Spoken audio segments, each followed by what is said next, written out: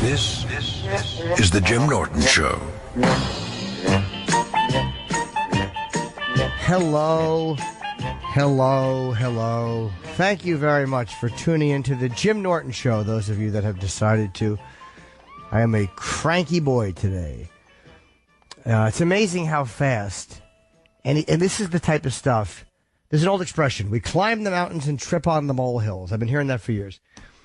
And today my dry cleaning came, and this is really white people problems. And the sports jacket they hang with just a fucking wire hanger. Like no padding on it. And it got me so annoyed because it's just shitty customer service. It's just carelessness. So I called to ask about it. And the woman's like, well, that's how we always do it unless you make a special. And I'm just like, ugh, this is why mom and pop businesses go under. You know, I love when the big fucking conglomerates come in and just take over everything. Wow, am I cranky. I had a good week last week. I was not here. I was in L.A., but I did some very sober things and, some good business work things. I think this time last week, I was actually in Ozzy's house shooting a promo video with him and Sharon for this Oz Fiesta that we're doing. So my crankiness is going to go away. I can just, it's irrational. You know, like I understand why people throw shit at other people. All right. What would Robbie in California like advice on 12-step programs? I won't mention any by name, but I can give you some general advice if I can. What's up, Robbie? Hey, Jimmy. Hi. Well, I've been in and out of the program for years, and I just don't seem to have success with it. And I was wondering maybe if it's my lack of honesty with the sponsor person, you know, and the fact that I'm like sexual confusion, like in identity. As in, like, I don't know, am I bi, am I gay? And I'm never honest with them about that. And I was wondering if that may have an effect. Is my honesty I put into it is the shitty results I get? Well, let me ask you a question. Does it matter? Or? Let me ask you a question. Well, how would your bisexuality affect your alcoholism? I mean, honesty in the step work. Just, honesty will affect it. You got to be honest. But I don't know if sexuality has anything to do with it. But if you're not being honest about, any of the stuff that you should be honest about in sobriety, which is, what you're doing on a day-to-day basis, I don't think sexuality kind of goes into it, especially in early sobriety. But if you're not being honest with, I would say, the person that's helping you, the sponsor, I think that could be a definite problem as to why you are not getting it. They say that all we have to do is be rigorously honest. And that's a real tough thing to achieve. And I go back and forth with it. The lies become subtler the longer you're sober, like the little lies we tell ourselves. But, you got to be honest with the person who's helping you. That person is not a judge. He's not you're not talking to Congress. You're talking to a bunch of drunks. And I say that affectionately.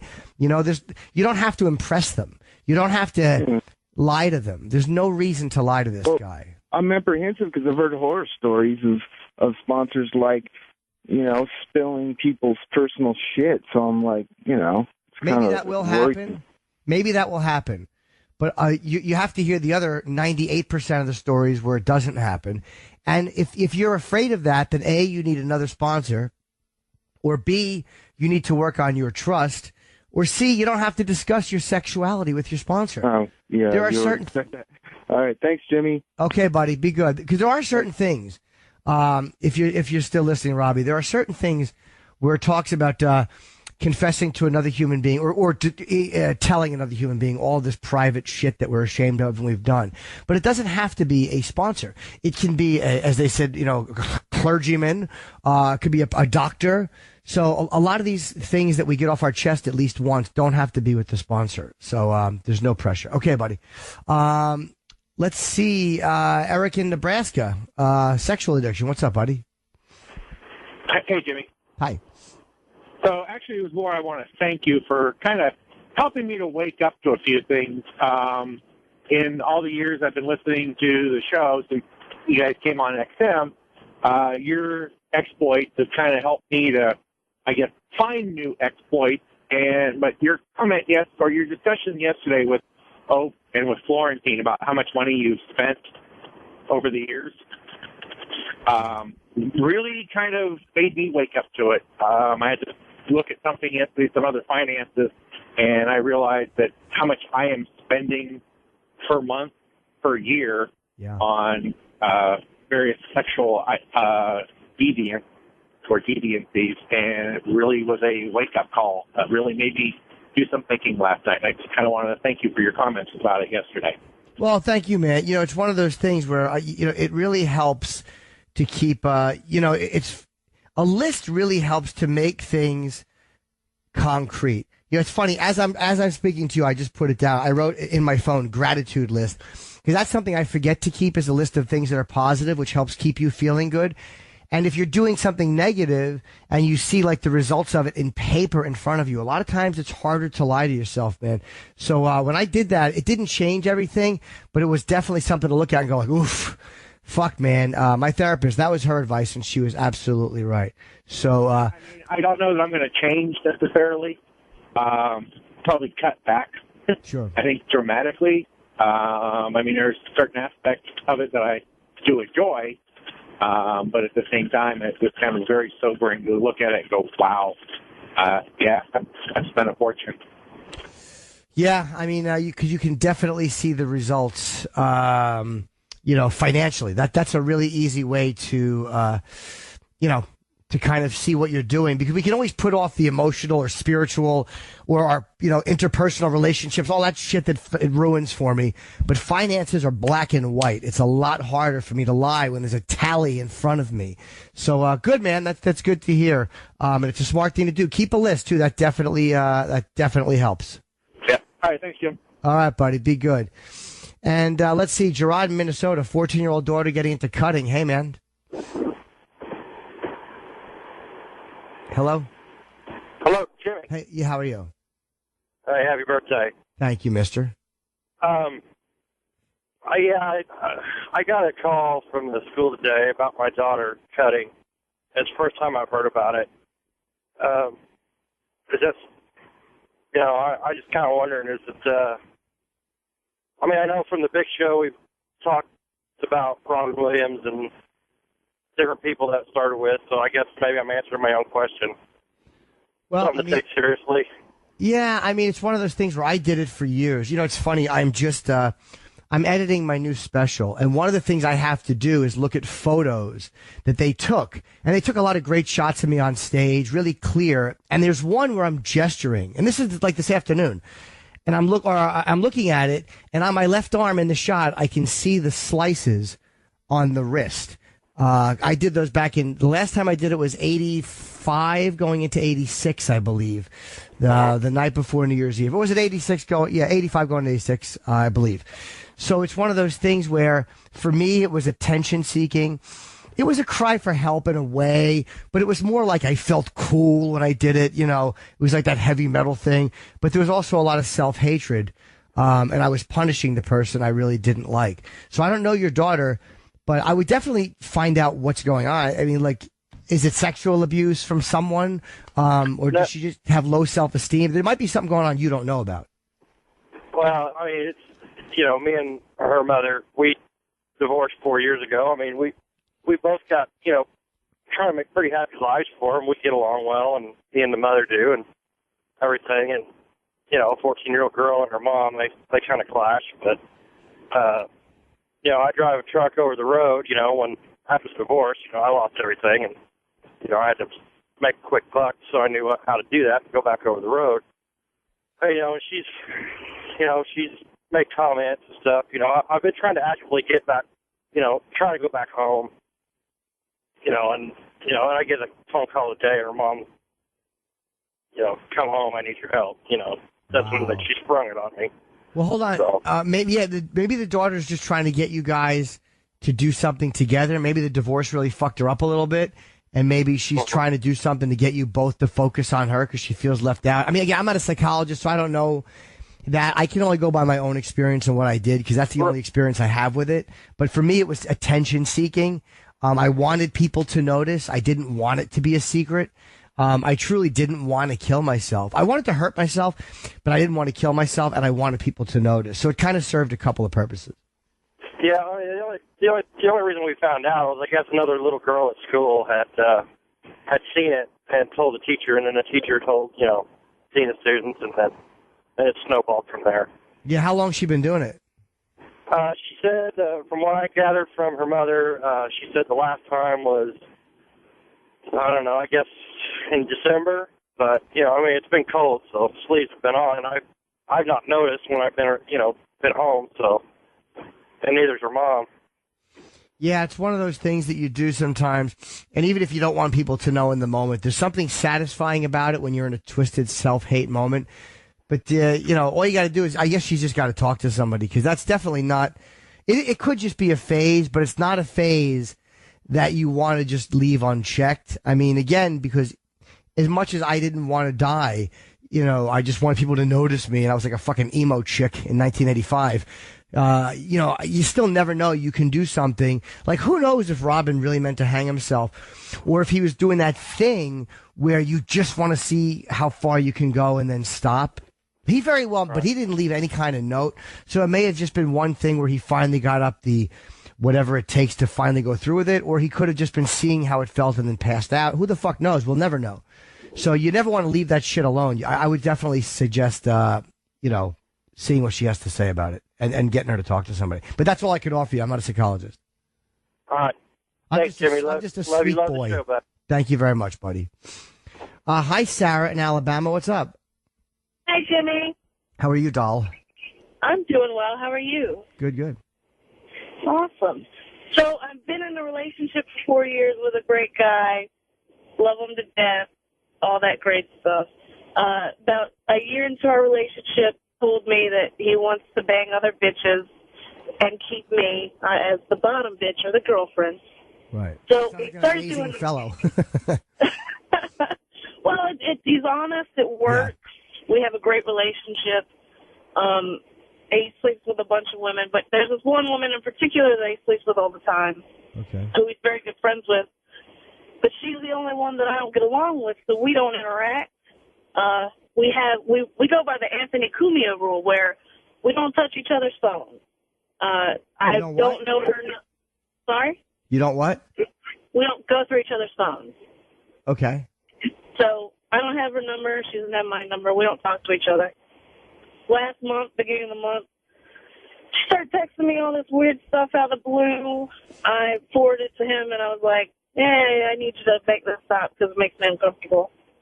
And he did so. But within the past week, she's gotten very obsessive over him, saying that she's his girlfriend. I'm going to leave. Like me, I'm going to leave. She's going to take over. She's telling me all this stuff that he's telling her, which he totally could be. I have no idea. I don't really she's actually telling you that stuff? Yeah, like she's not. Yeah, she's a fucking asshole. You should definitely. There's a difference between, like, when you're dirty texting with someone. I've gotten into all kinds of crazy scenarios through text. Things that were only hot because that we were texting them, or because part of the fantasy was inappropriateness.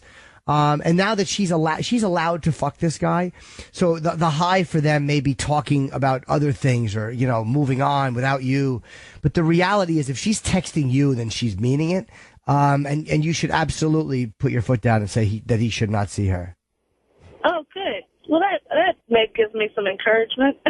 Yeah, I don't think you're wrong to go, I don't want you seeing her. Yeah, I feel like we have this great system, and all these other girls follow the system.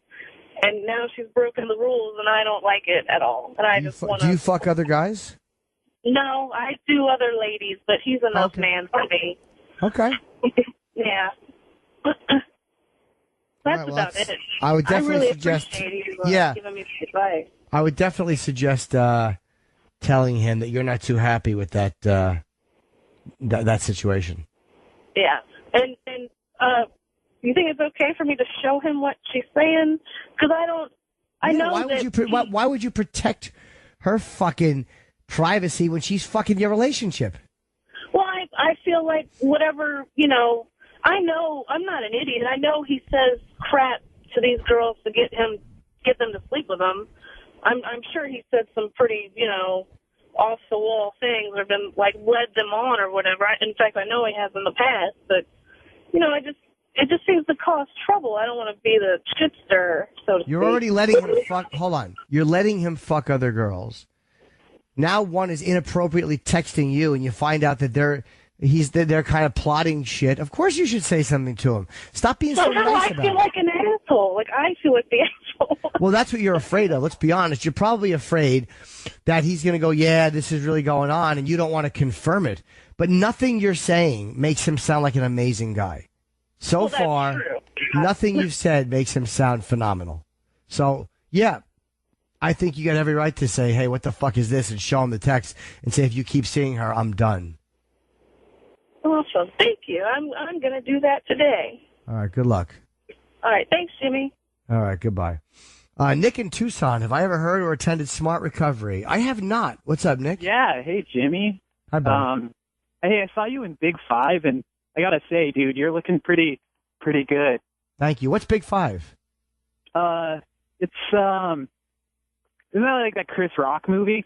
Oh, Top Five. Sorry. Yeah. Top Five. My bad. I'm sorry. Okay. Thank you very much. I thought maybe there's a big documentary they featured me in.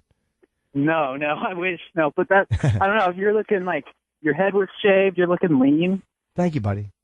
But, yeah, so first of all, Jim, I'm actually in school to become a psychologist right now. I'm in a PhD program.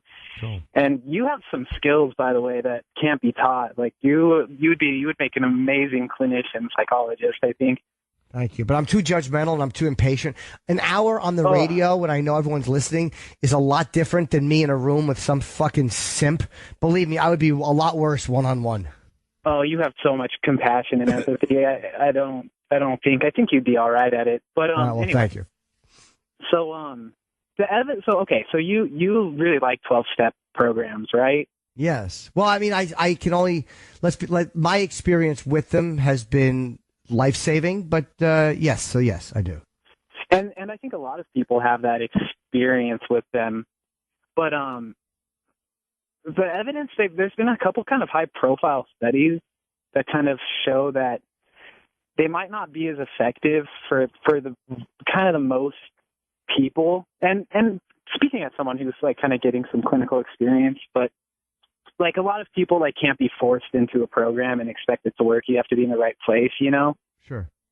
But there's something called Smart Recovery. There's a couple other ones, but they're kind of like so the biggest problem I think with the 12-step programs is abstinence violation effects, which is when like someone who hasn't drank for like 2 years ends up drinking. Right. And then they're like, well, shit, I'm off the wagon now. Like, what's the point? Okay. Have you ever had that experience of being like kind of like, man, my history has gone to shit now because I messed up? Or no, I was very lucky. I mean, I got in really young, dude. I saved myself. What would have happened with me is I probably would have just committed suicide in my 20s because I was that mopey douche. But so no, I drank in the rehab and I drank when I got out for another year. But then once I decided to get sober or to try it, I really didn't think I'd stay. And I've been sober ever since. It was actually February 1st was just my anniversary. So, I mean, I have not had to go back, although I've seen enough people who have certainly had to change their anniversary. Huh.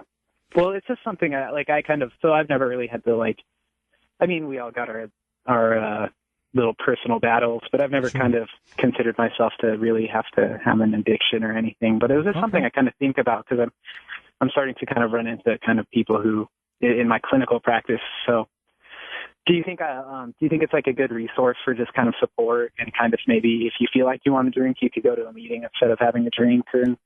Well, I found that it's for some reason it just worked. And like, you know, from the stories of people I hear in there who are older than me and who drank a lot longer than me, who tried a lot of other things, for them, they've always said this is the one thing that worked. And for me, something happened where they didn't ask me for anything. They had no rules. They didn't tell me I had to go. They didn't tell me I had to give a fucking dime if I didn't want to. So, you know, even in a stubborn brain like I have always had, it was hard to argue with that logic. And people said to me, it was basically, if you want what we have, you know, and the other side of that is if you don't do it. Up to you, pal. That's the attitude. And that's a very hard thing to argue with. It's a very hard thing to argue when somebody is telling me their experience and they say, relate to what you can. And that's why I try to give my own experience, because I'm not in a position to tell you what to do. So, you can't argue with someone giving their own experience, strength, and hope. Did you have like a sponsor? For many years. Yes. For many, many years. So like the kind of science shows in therapy that, a lot of people, I wish a lot of the public knew this, but it's all about personal fit, because you can't do therapy unless you have like a good relationship. Like if sometimes you just click. It's kind of like dating, sometimes you walk into a therapist room and you guys just don't get along. Sure. And because, they're two people. But I think do you think, like your earlier caller got me thinking about this. So it sounds like he's having difficulty with his sponsor. So I don't know, find a new sponsor, try and find one who you feel comfortable talking about this stuff with. Or... Maybe, but the difficulty is with him, with his own ability to be honest, because I understand, the person you're talking to, sure, you got to be comfortable. But there's probably, and again, I didn't get into it too much with him, but there's probably other stuff he's not being honest about with that person. Do you know what I mean? Because I don't think it's just sexuality, because why would you talk to the guy, if you're going to go to a 12-step meeting of some sort with a person that's not sexually related, why would you talk about possible bisexuality or whatever? It doesn't matter. It's irrelevant to how you're doing. And if you do talk around it, or you talk in gender-neutral terms, I don't think that's going to cause you to go out and relapse.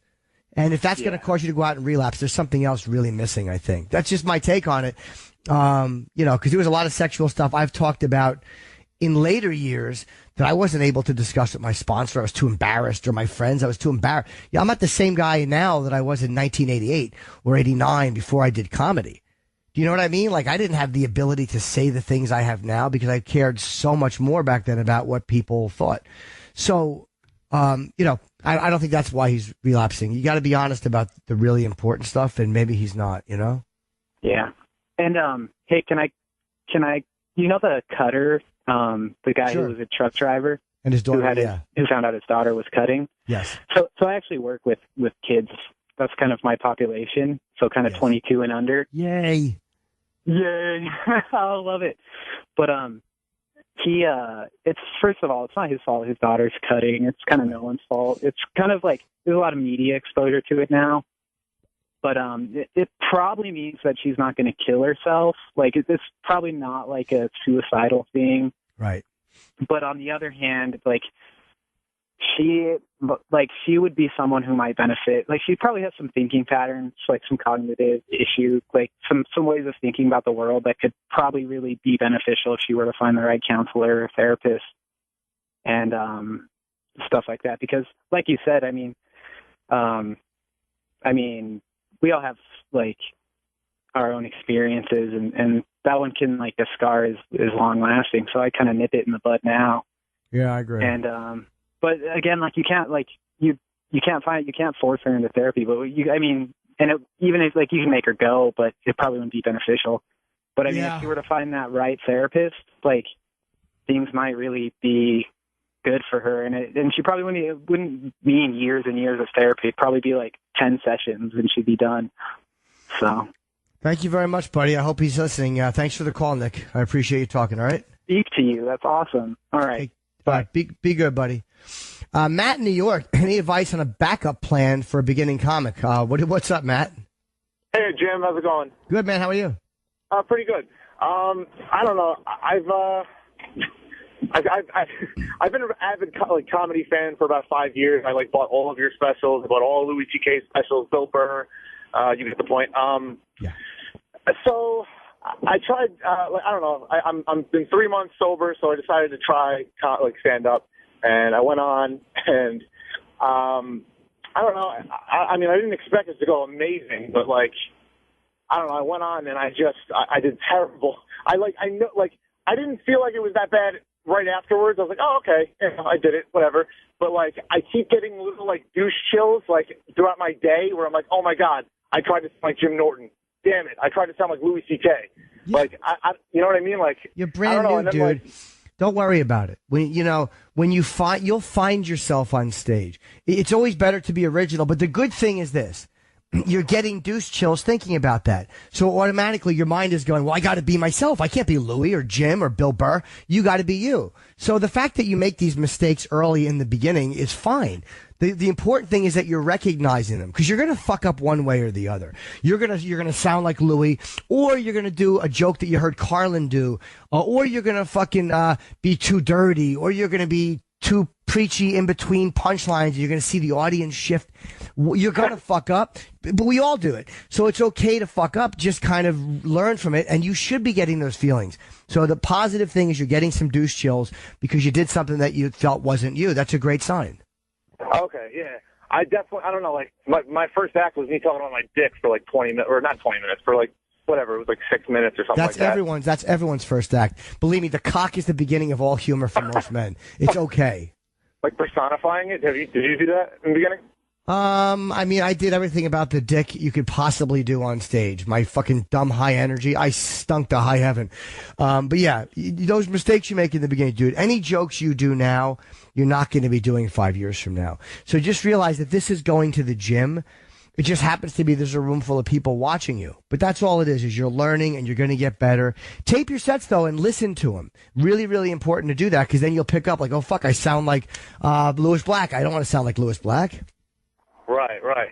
Now, as far as, like, the backup plan goes, like, I'm in school right now for music, and I love comedy, man.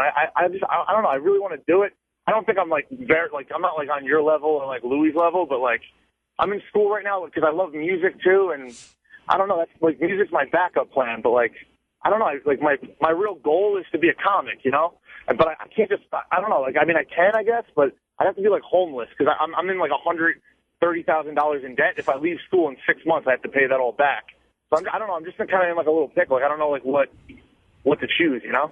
Well, we all have to determine what we need to do to make a living, and fit comedy into that at first. So I would suggest, keep the job you got or whatever you got to do to make money. But backup plans. I started comedy when I was 21, and I still lived at home, so I didn't have a backup plan. I didn't graduate high school.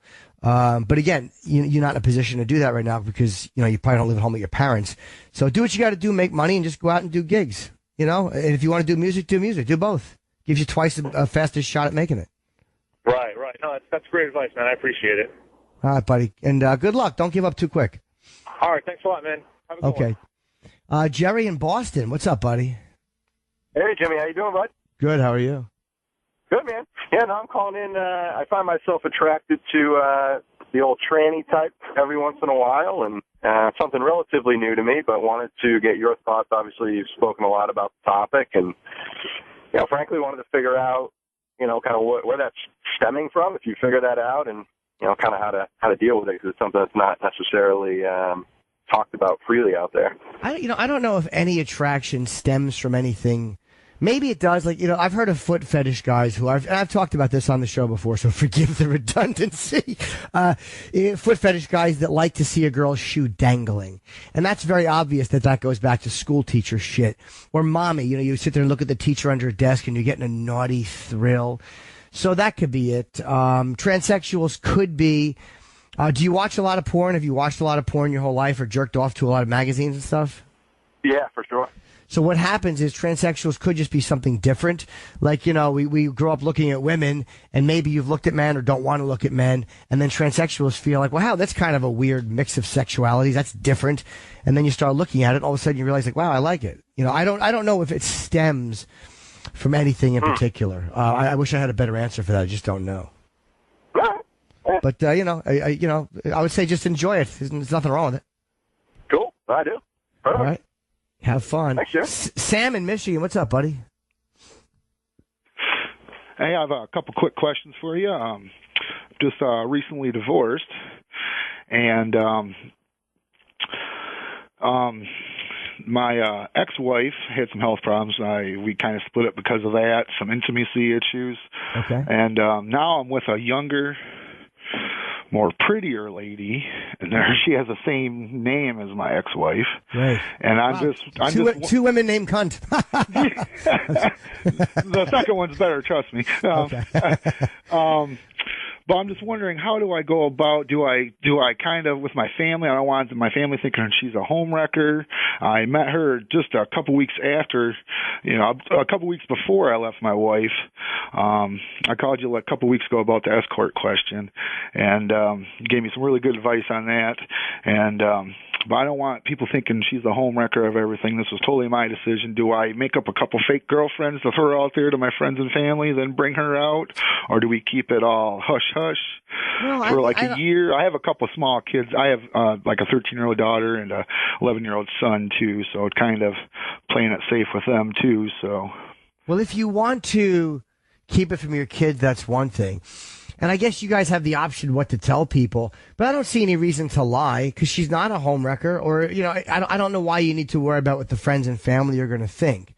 Like, I don't think it's one of those things. You're a grown up. You don't have to live your life for them. Again, the kids are something I'm imagining different, but fuck them what the friends think. What, you got a younger, better looking girl and things didn't work out with your wife, and tough shit if they don't like it.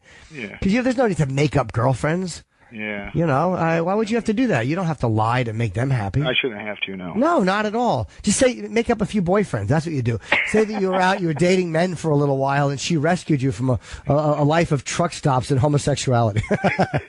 Well, my daughter's kind of hinted on that. I've been, she said, Dad, well, how come you haven't got a girlfriend yet? I don't know if she was just feeling me out to see what was going on or not. I said, I just don't need that right now. But just figured I'd get your take. You gave me some really good advice last week. Talked to my friend. I let her listen to our podcast, and we came up with a good conclusion, and I appreciate it. Okay, Thank you very much, man. I appreciate it, and good luck, you silly goose. Hey, I appreciate it. All right. Brian in Hartford, how do you find a place to start stand-up? Hi. Hey. Sorry, you got way quieter when I switched over. Okay. I just wanted to ask I play music as well, like the other guy. Okay. And I had and I used to tell like just a couple of quick jokes or stories just like before going into another song and whatever when I play out.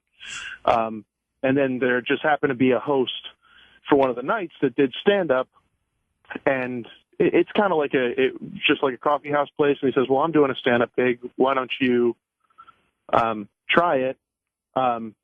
And I figured he'd give me like 10 minutes, and he ended up giving me like a half an hour. Jesus Christ. So he threw me a little bit under the bus, but I pretty much embellished on previous stories that I had told, like they were kind of throwaway jokes. Sure. And it went okay. There were some things that just tanked, but with your first time being a half an hour, I kind of expected to at some point.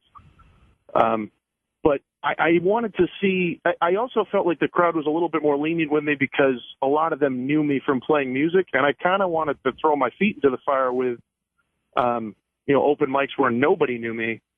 And I wanted to see if this is something I could do or actually try, because I absolutely love the stuff. There will be enough of those, believe me. I've seen John Mayer go on at the Comedy Cellar, and I've seen him get laughs, and I've also seen him not get laughs.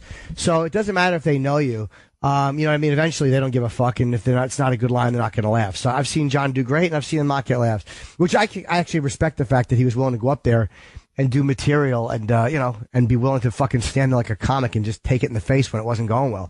So, you'll find plenty of those. There's websites to go to. I honestly don't know any of them because I haven't had to do that in so many years.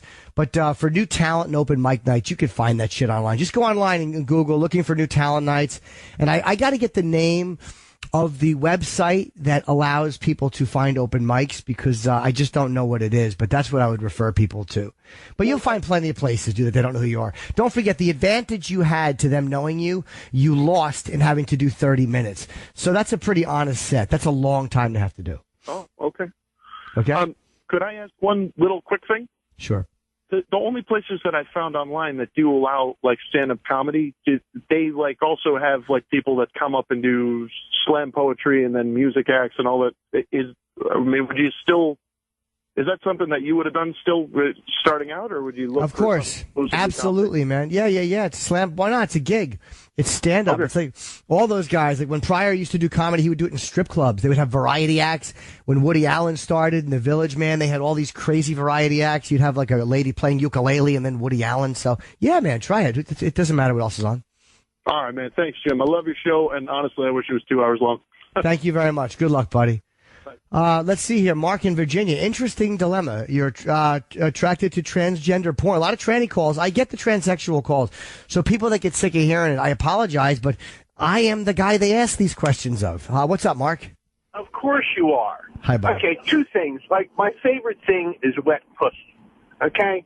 I really don't like dick. Okay. But I find, well, first of all, before I go any further, you put Dr. Phil and all these guys to shame. You're so good. You're really good.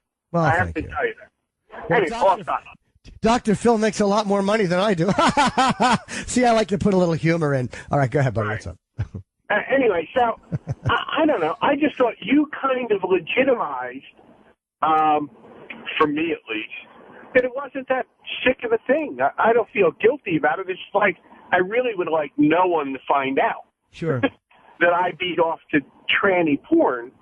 But other than that, it's just like it's too, I don't think it's I don't really feel guilty, but I do feel weird. Do you follow me? Like, oh, shit. Yes. Like, for instance, many years ago, when I was a kid, if I was jerking off, if I was thinking about something that wasn't traditional or was embarrassing, I wouldn't let myself come thinking about it. I would get close, and then as I was coming, I would just throw this fake image of me having normal missionary sex on my face, like into my mind, so I could come with technically that in my mind. Like, it was this way of fooling myself into thinking I wasn't, abnormal or weird. But it didn't mean anything. It was just my way of tricking myself. It was stupid. There is nothing wrong with it. And it's like, yeah, we're all a little embarrassed about certain things we jerk off to. I mean, it doesn't mean whether it's regular porn or gay porn or transgender porn. It could be just you watching regular bondage porn and you're embarrassed by it. Or how many women like gangbang porn, where they like, white girls that like watching black guys fuck white girls. And they get embarrassed. They would never want their husband. One of the sexiest things ever was I used to know this girl who was into interracial porn. And she liked watching black guys fuck white women. And the fact that she was married and, I didn't even live near her. We would just talk.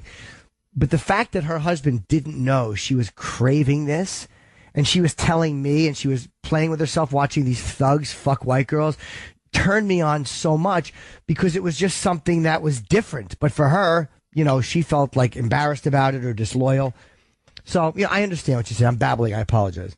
No, you're not babbling. I mean, it's the truth. The truth is, I think that your discussion of it, which draws a lot of people to the phone, even on the, on Opie's show, it's liberating. Yeah, and people get sick of it. I've gotten criticized for it. They're like, what are you just talking about? But it's like, look, if it's something that just comes up, what am I going to do? Not talk about it? And one thing people have to realize is it's not just me trying to be shocking, because it's the reality is in our culture right now. It's one of those things that kind of a lot of people are talking about, like with Laverne Cox and all these, these people starting to, get recognition as actors or actresses or whatever. Look what's happening with Bruce Jenner. The whole fucking country is looking now at Bruce Jenner going through transition. There's all these big, court cases. Will the insurance pay for it? Will it not pay for it? So people are talking about this a lot, and it's popular on Twitter, whether it's getting people in trouble for saying the word tranny or for people discuss whatever it is. So it's one of those things that's kind of in the forefront of our culture now. So that's why a lot more people I think are thinking about it.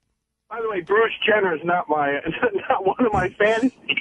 Yeah, no, I don't think under any circumstances I could whack off to Bruce. Maybe on the Wheaties box, just out of respect for the medals for the country. But yeah, Bruce Jenner is not my. Although I bet you Bruce Jenner loved Transparent, which I keep saying I'm going to watch. The Jeffrey, a part of it I love, the Jeffrey Tambor show. Do you know the show? I mean, yeah, the Transparent.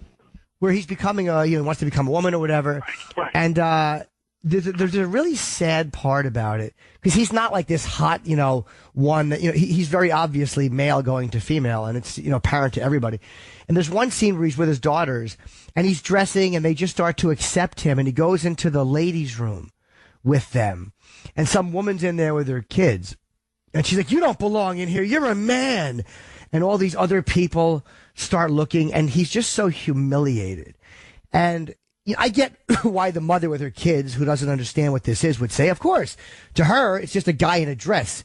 It's not like, hey, this is a real person going through a real transition in their life. To her with 2 children, this is just a man in a dress being a pervert. She doesn't fucking know. So, and I felt so bad watching this thing. It's like one of those things that you never think of when we talk about it. Like you never think about these day-to-day fucking humiliations or weird shit. But again, trans people got to be pretty open to the discussion and to the questions, because how do you tell that mom, hey, this is not a perverted guy in a dress. This is actually a legitimate thing. They have to be very open to people questioning and asking until the country kind of gets used to it, Gotcha. All right. Good job. Great job. Keep it up. Thanks, pal. Be good. Let's see here. Armando in Arizona. My take on your relationship of 13 years. She treats you and the kids differently depending on who it is? Hello? Yeah. Hey, you hear me? Yes, sir. All right. Okay. Hey, Jim, what's up, man? Big fan. Thank you. Just thought I'd pick your brain, man. You seem to have a lot of experience with different types of women. I've been with my wife 10 years total, married 5. I helped her raise her 3 kids from 9 to 18 now.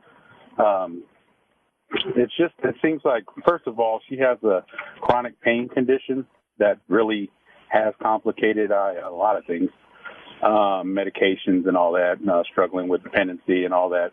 Mm-hmm. Just sometimes, man, it just seems like she can be just a dick and, almost just a mean person. A lot of times it comes out with certain kids of ours, whereas we have a couple of other kids that get treated, completely different, completely out. How old is she? She just turned 40. So that's not menopause yet, no? No, well, she's been struggling with fibromyalgia for about 6-7 years now. Is she lazy? You know what? If she gets into a very, heavy spell of pain, she works full time. Okay. She does work full time. She struggles with it. I can tell that she would, if she had her, if everything was perfect for her, she wouldn't have to. I know I pressure a lot to keep moving, keep working. Sure. A lot of positives in the relationship, but it's just been so much water under the bridge, man. And sometimes I struggle. I just want to take off, man, and I know it's gonna, just completely just wreck the entire household. It's a lot of layers to it, Jim. I got in-laws that live in our house, elderly caretaker things that are in our house. We just constantly have had a full house, never a house to ourselves, per se. Well, do you think that's what's driving her nuts after all these years? Maybe she's just at her fucking breaking point.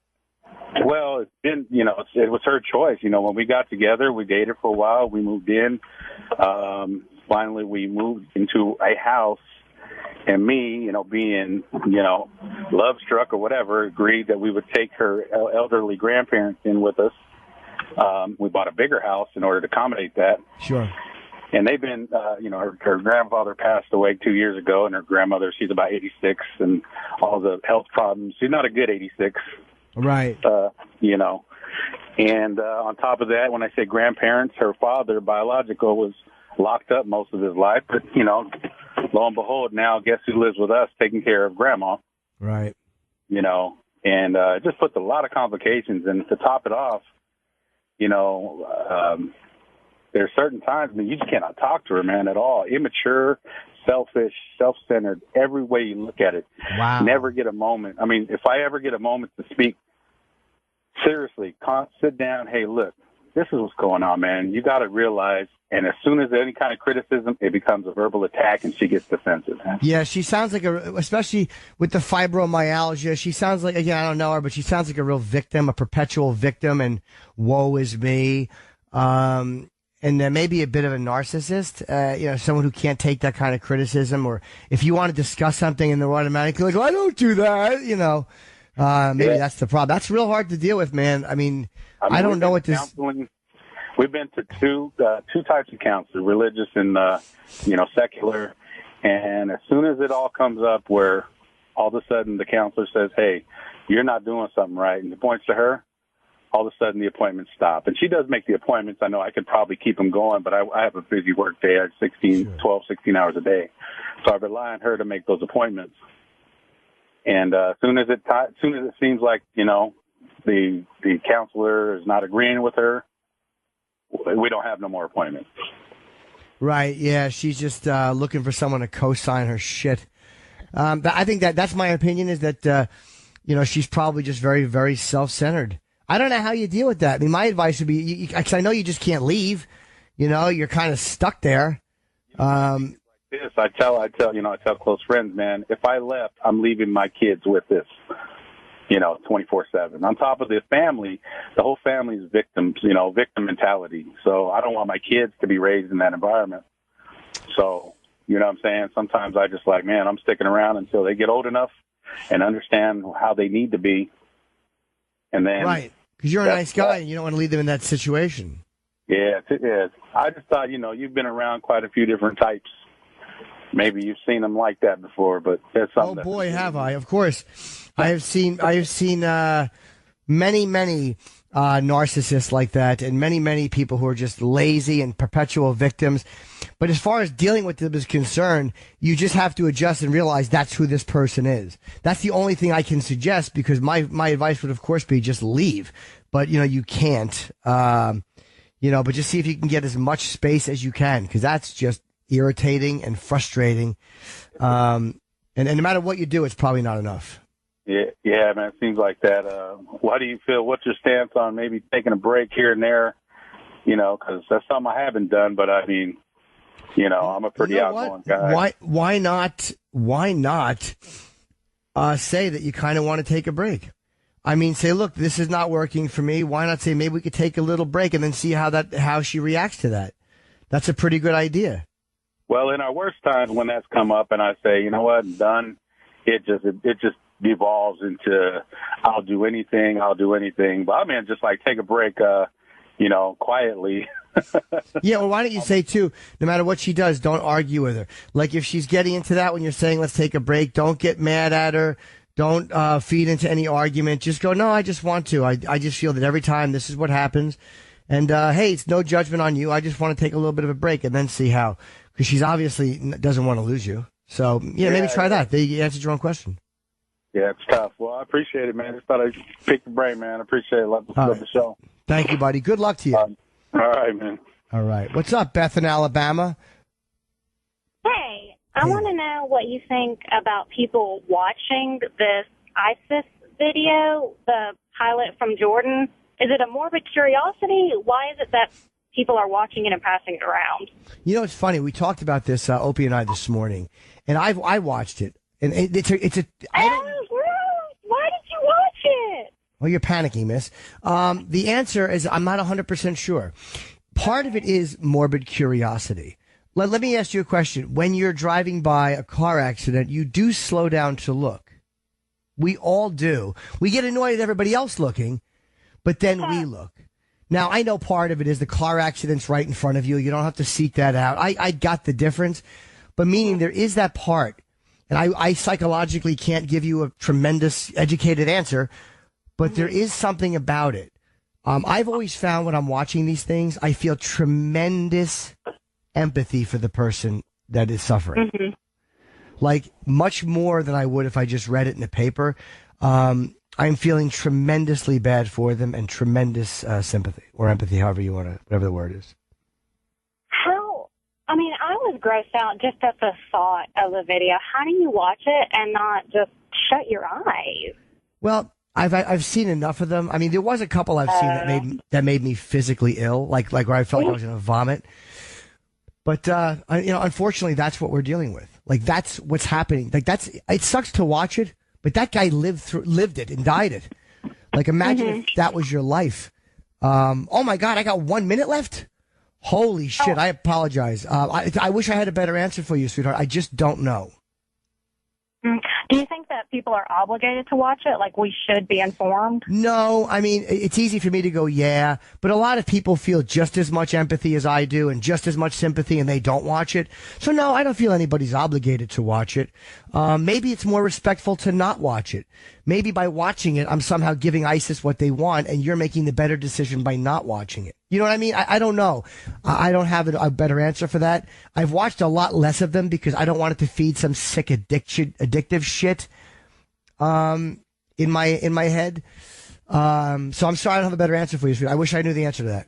You're great. You gave me a great answer. And just FYI, my boyfriend has a foot fetish, and we always get a kick out of listening to your show. Well, how big are your feet? How big? Yeah. A size 6. Oh, that's a nice size. I prefer larger feet. Thank you very much. Okay, All right. bye. Goodbye, Beth. Real quick, let's go to Bill in D.C. Been using prostitutes, but you got herpes and you want to move forward and tell your relationships. What's up, Bill? I have like a minute. I apologize for making you wait. Oh, wow. Yeah, I don't know if we can do this in a minute. How you doing, Jimmy? Good. But, yeah, so I was using them for, I don't know, the past 10 or 15 years, getting tested regularly, and I was mostly going to porn stars because I figured, they're getting tested regularly. So nothing came up on a test until one day when I got a little red sore on my nutsack there. Oh, no. And, so I got it tested, and that's what it was. And the problem is, even when you're using a bag, it's not necessarily going to protect you from that. And you don't even know which porn star. Don't name her. We do not. I would have no idea. Oh, okay. I would have no idea, but it could have been one of many. And now I've been a good boy and haven't been back out there since. But that's a hell of a habit to give up. Although it saved me a hell of a lot of money, I'll tell you that. Yeah. But the thing is, it's ruined. I started to date a girl, and then told her, and obviously that. You told her before sex, right? You didn't fuck her. I wish I could say I did. The way it happened, though, is she jumped me. Like, I really wasn't expecting. She just fucking jumped me. I still had my pants on and everything. Just pulled my cock out of my pants and put a bag on it, and the whole thing was over in 5 minutes. But the next time I saw her, I told her, and she was kind of cool with it, and we did it a few more times since. But then she got cold feet, and she's backed off altogether. That's, the way you look at it, I do that. They're giving me the rap sign. I apologize because this is a big one. I don't want to rush you. My suggestion would be this. You didn't do it right that time, but you did tell her after. I would suggest in the future you tell people before you put your dick in them, and you realize that there are going to be prices you pay for your addiction. Like, I've said this phrase a million times in the last 2 weeks. It keeps coming up, the cost of doing business. Like, I have written articles on, this is an article I wrote for Time about paying for sex. Everyone can Google and see that. I've lost a lot of relationships because of all the shit that I've said on stage, the lies I've told about having diseases people have believed, the fucking things about pay. Everything I've done has cost me a lot of my relationships. So you have to realize in a way that you've banged a lot of girls.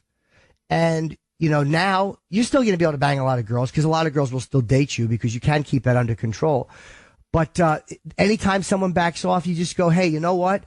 I lived the way I wanted to live for a long time, and there are times it's going to cost me. Yeah. Yeah. All right. Sorry you're out of time. I'd love to talk to you more about it, but glad you squeezed me in, buddy. I'm sorry I don't have a better answer for you, Bill. Buddy, thank you. All right, be well. All right, and take care, everybody else. I'm sorry, there's a lot of people online. I did not realize I was going this long. So again, Lou, I'm sorry if I went over, and I'll see you guys next week. But your comment, or your discussion yesterday with Oak and with Florentine about how much money you've spent over the years, really kind of made me wake up to it. I had to look at something yesterday, some other finances, and I realized that how much I am spending per month, per year on various sexual deviance or deviancies, and it really was a wake-up call that really made me do some thinking last night. I just kind of wanted to thank you for your comments about it yesterday. Well, thank you, man. It's one of those things where, it really helps to keep, it's a list really helps to make things concrete. It's funny, as I'm speaking to you, I just put it down. I wrote in my phone, gratitude list. Because that's something I forget to keep, is a list of things that are positive, which helps keep you feeling good. And if you're doing something negative and you see like the results of it in paper in front of you, a lot of times it's harder to lie to yourself, man. So when I did that, it didn't change everything, but it was definitely something to look at and go like, oof, fuck, man, my therapist, that was her advice, and she was absolutely right. So, I don't know that I'm going to change necessarily. Probably cut back. Sure. I think dramatically. There's certain aspects of it that I do enjoy, but at the same time, it just kind of very sobering to look at it and go, wow, I've spent a fortune. Yeah, you can definitely see the results. This is the Jim Norton Show. Hello. Thank you very much for tuning into the Jim Norton Show, those of you that have decided to. I am a cranky boy today. It's amazing how fast, and this is the type of stuff, there's an old expression, we climb the mountains and trip on the molehills. I've been hearing that for years.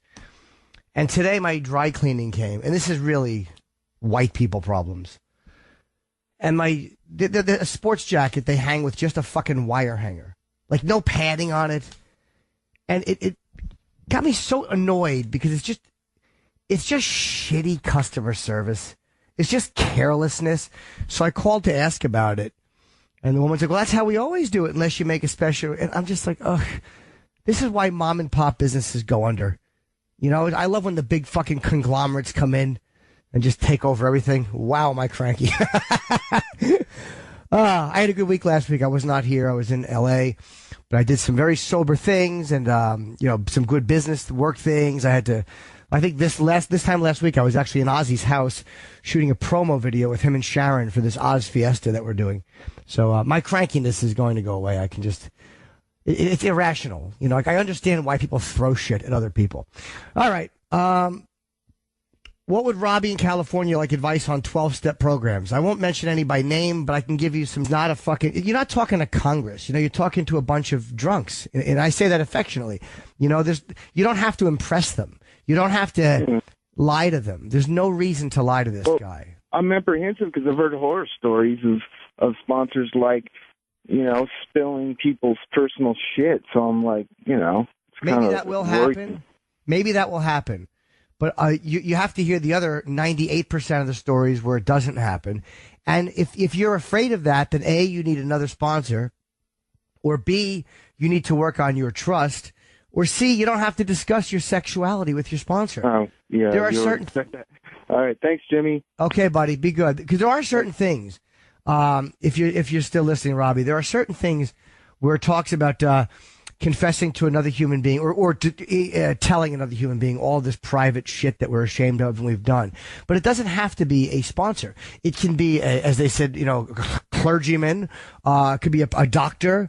So a lot of these things that we get off our chest at least once don't have to be with the sponsor. So there's no pressure. Okay, buddy.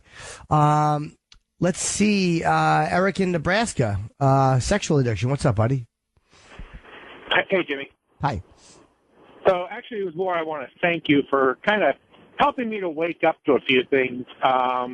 In all the years I've been listening to the show since you guys came on XM, your exploits have kind of helped me to, I guess, find new exploits. And financially, that's a really easy way to...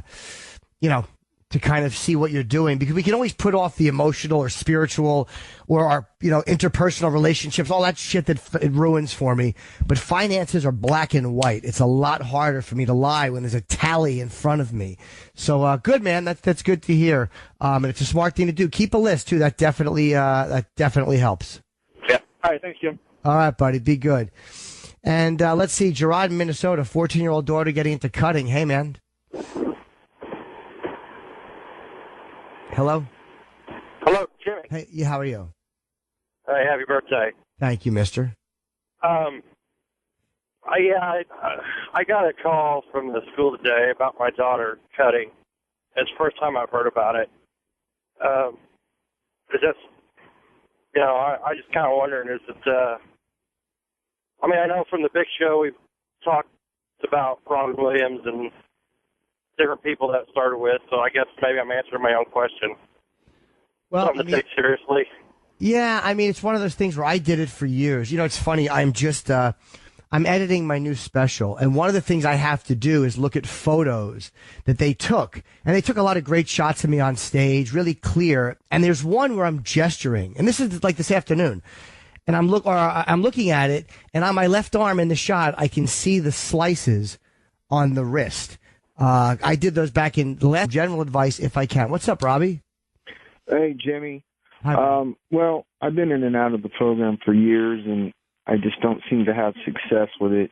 And I was wondering maybe if it's my lack of honesty with the sponsor person, and the fact that I'm sexual confusion, like in identity, as in I don't know, am I bi, am I gay?